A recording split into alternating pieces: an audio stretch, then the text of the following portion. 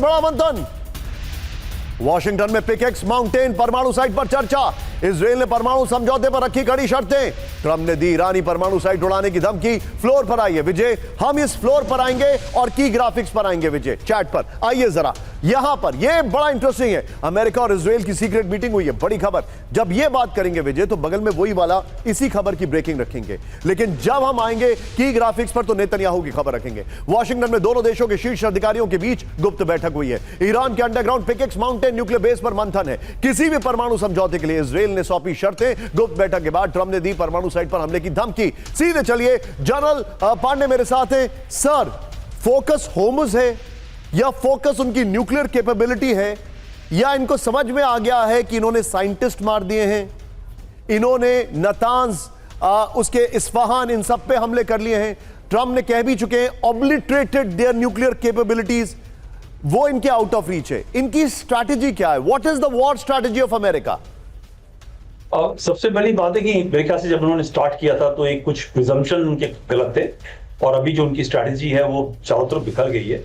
उनको ये लगा था कि एक रजीम चेंज और टॉप लीडरशिप को मानने के बाद में इनकी रजीम जो है टॉप के लिए आ जाएगी, और एक अंदर से ईरान की एक लहर उठेगी, और जो IRGC है और जो उनकी रजीम है वो एक किनारे दरकिनार करके और एक उनके मन की एक यहाँ पे गवर्नमेंट होगी। बट वो चीज खत्म हो गई है। अब इनको दोबारा से अपनी जो एक और फिर एक सबसे बड़ी गलती ये करी इन्होंने पिछले कोई एक महीने में लगातार ट्रंप की जो एक्टिविटीज थी वो ये थी कि तुम किसी तरह डील कर लो और हमसे बात करना शुरू कर दो। मगर ईरान के लिए डील उतना महत्व नहीं देता है। आपने ईरान के टॉप लीडर को मारा है, उसकी अपनी एक इज्जत की बात है, और ईरान के ऊपर जितने सैंक्शंस लगे हैं उस सैंक्शंस का आप देख रहे हैं कोई फायदा नहीं हुआ है। वो उसमें गरीबी जरूर है, मगर उसकी जो मिलिट्री साइंटिफिक जो ताकत है वो वहीं की वहीं है और उससे कहीं बढ़ गई है।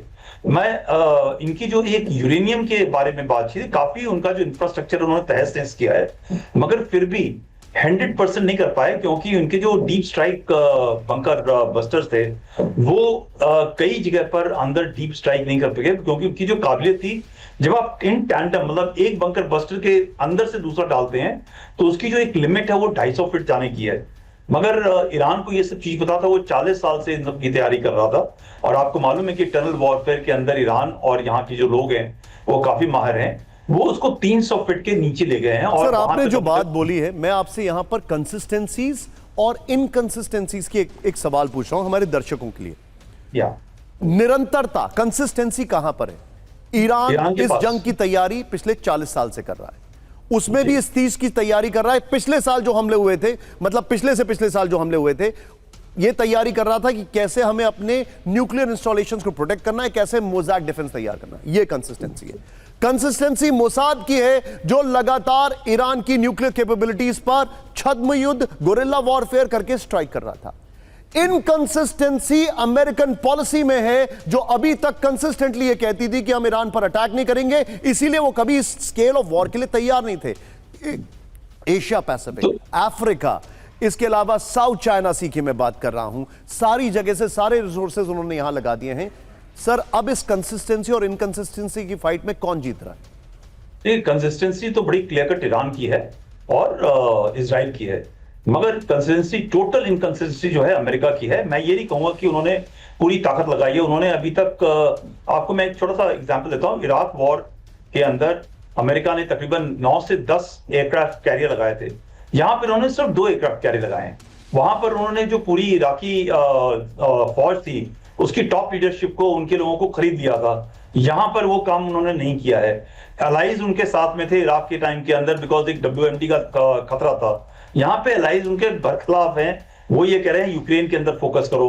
तो एक जो इनकी वेस्टर्न पावर है, जो एक US की जो एक एलाइज का जो कंसेप्ट है, एक कहता है यूक्रेन के ऊपर चलो और रशिया के खिलाफ, और दूसरे कहते हैं कि भाई आप हमारे पास, हमें इससे ईरान से मतलब नहीं है। तो बिल्कुल डिवाइडेड है, अमेरिकन कैंप डिवाइडेड है। आपने मेरा लीड इन पॉइंट दिया है अगली खबर के लिए। कैंप 1 पर आइए। जनरल पांडे सर ने बोला, सर सॉरी आपको बीच में रोक रहा हूं, I am going to come back to you again, लेकिन शो की ड्यूरेशन के हिसाब से मुझे बहुत सारी खबरें दिखानी है। आइए जरा, ईरान का बहरीन पर क्लस्टर मिसाइल से हमला। ओ, ये देखिए सर,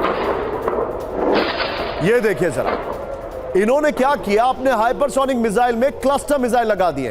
एक तो हाइपरसोनिक मिसाइल रुकता नहीं है, एयर डिफेंस सिस्टम रोकता नहीं है, ऊपर से क्लस्टर मिसाइल से ये हमला क्यों किया जा रहा है? विजय, इसको जरा बिग वॉल पर दिखाइए, ब्रेकिंग और शॉट। मैं अपने दर्शकों को बताना चाह रहा हूं, और Ajal Pandey can correct me if I am wrong at any point of time. Suspend breaking, ये देखिए, हमले में मनामा इंटरनेशनल एयरपोर्ट को भारी नुकसान। ब्रेकिंग और शॉट दिखाइए। मिसाइल अटैक से बहरीन में मची भयंकर तबाही। दोनों ब्रेकिंग, दोनों शॉट दिखाइए। हमले रोकने में बहरीन में एयर डिफेंस सिस्टम हुए फेल। ब्रेकिंग और शॉट। बहरीन में ईरानी हमलों से दहला अमेरिकी बेस। ईरान ने खुर्रम शहर बैलिस्टिक मिसाइल से किया हमला। ये देखिए, जो मैंने आपसे कहा था, देखा आपने, ये है वो शॉट। विजय, क्या आप ये वाला शॉट और जो पहले वाला शॉट था बिग वॉल पर दिखा सकते हैं? ये वाला शॉट और पहले वाला shot, this is exactly what I am trying to convey. जो है वो यहां पर इस वक्त की बड़ी खबर, खाड़ी देश में सुरक्षा कवच देखने वाली बात है। देखिए, अमेरिका यूरोप की तकनीकों से अभेद एयर डिफेंस नेटवर्क है। सऊदी थार्ड और पेट्रियट का बड़ा नेटवर्क है। ये देखिए जरा विजय, ये शॉट चेंज कर दीजिएगा। संयुक्त अरब अमीरात थार्ड और पेट्रियट के साथ इजरायली बराक डिफेंस सिस्टम है। कतर में नासाम से एयर डिफेंस सिस्टम है। आपकी जानकारी के लिए, जो पश्चिम एशिया के देश हैं वो भारत से बातचीत कर रहे हैं। हमने ऑपरेशन सिंदूर में जिस तरीके से अपने एयर डिफेंस सिस्टम का इस्तेमाल